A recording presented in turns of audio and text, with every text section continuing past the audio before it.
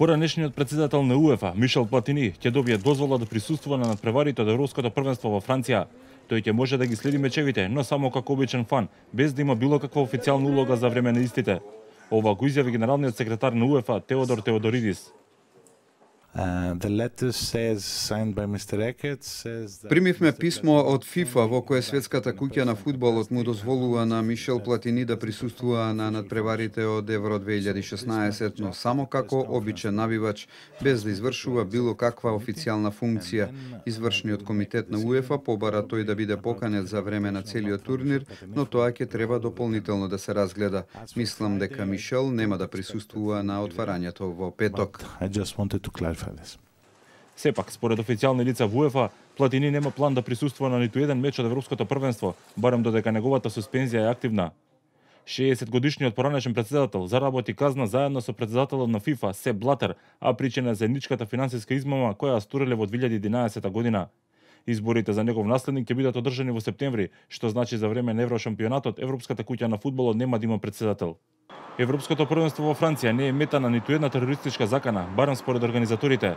Тие најавуваат максимална безбедност и препорачуваат дека засега место за паника нема. Ние не знаеме за ниту една конкретна закана на Евро 2016, без разлика дали се работи за одреден стадион, меч или било што друго.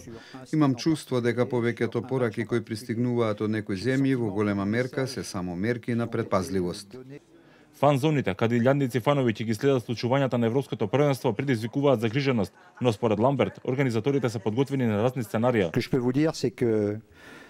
Имаме подготвен план за сите хипотетички ситуации. Во една од тие можни ситуации предвидено е да организираме надпревар зад затворени врати. Повторувам, тоа се само можни сценарија. А репрезентациите учеснички на најголемиот континентален собир полека пристигнуваат во Франција. Италијанската репрезентација веќе дојде во Монпелје, каде на 13 јуни ќе го одигра својот прв надпревар на турнирот, а противник им биде Белгија. Нив ги пречекаат дел од навивачите кои ќе ги бодрат азурите за време на Евро 2016. Италија загуби од Шпанија во финалето на Европското првенство во 2012 година, но овие квалификации ги завршија непоразени благодарение на цврстата одбрана и брилјантниот голман Джиджи Буфон. Сепак, повредите ги нарушија плановите на селекторот Антонио Конте, особено што остана без двајца клучни играчи од средниот ред, Марко Верати и Клаудио Маркизио.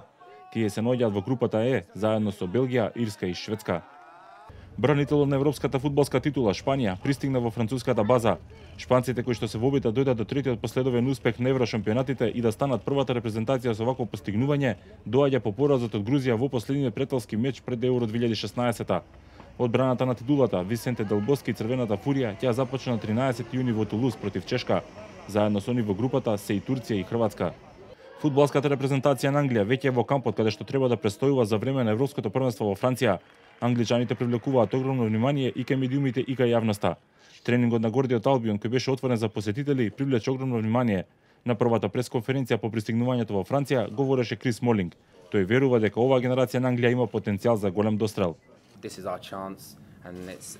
Ова е шанса за нас и мислам дека е време да ја искористиме. Имаме многу млади играчи кои доаѓаат по одлично одиграни сезони за своите клубови и се надевам дека ќе финишираме на фантастичен начин. Нестрпливо го очекуваме почетокот на турнирот. Англија е во групата Б, заедно со селекциите на Русија, Словачка и Велс. И германскиот состав е веќе во Франција. Сепак, тие се соочија со голем хендикеп во предсред на Европското првенство, бидејќи дефанзивецот Антонио Рудигер се повреди и ќе го пропушти турнирот, а на негово место е повикан Джонатан Тах. Германија ќе се обиде да стигне до европската круна по пауза од 20 години.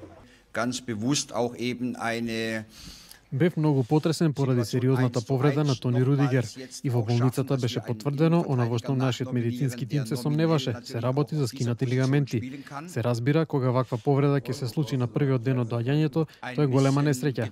Особено ми е жал за Тони. Се разбира дека сакав да го имам тимот што си го замислив уште пред неколку месеци, но тоа не е така. Но сега не можеме да се жалиме. Ќе се потрудиме да го направиме најдоброто што е во нашите можности. Најдовме решение за негова замена. Имаме многу добар тим, имаме многу големи играчи. Имам комплетна доверба во играчите што се тука. Во преостанатите денови секако ќе се подготвуваме за дуелот против Украина. Внимателно ќе го проучиме украинскиот состав, но поважно за нас е нашата игра и она што треба ние да го направиме. Верувам дека ако во неделја покажеме силата, ќе одиграме добар надпревар и ќе имаме успешен старт. Германците се во група со Полска, Северна Ирска и Украина. Турнирот го отвараат со мечот против украинците на 12 јуни.